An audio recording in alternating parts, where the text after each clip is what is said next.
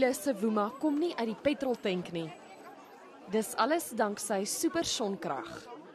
En moenie glo die voertuie steek af teen hulle diesel ewe knie nie.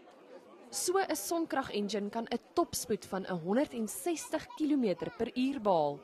We've always said we want the private sector involved in innovation in South Africa, because the more research support we have from the private sector, the greater our chances at developing new technologies. Pandor was ook veral ingenome met die groeiende getal vroue-ingenieurs wat hier hulle staal wys.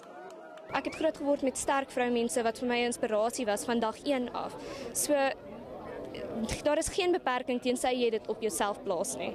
As deel van die roete deur Suid-Afrika sal daar verskeie geleenthede wees vir die publiek om hierdie son-aangedrewe voertuie van nader te bekyk.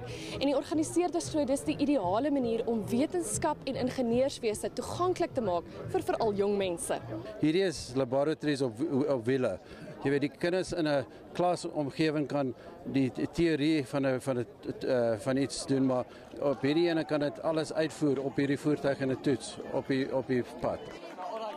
Daar is boonop vir die eerste keer ook 'n skolespan wat teen die studente meeding.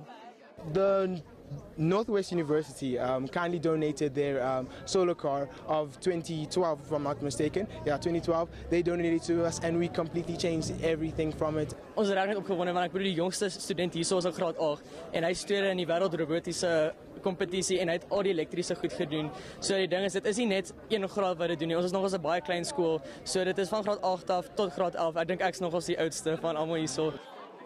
En as jy dalk op die langpad is die komende paar dae, wees op die uitkyk vir die gevaartes op die N1. Hulle gaan stop in onder meer Bloemfontein, Koelsberg, Port Elizabeth en Swellendam voor hulle op 4 Oktober in Kaapstad eindig. Daniela van Heerden, Unies, Pretoria.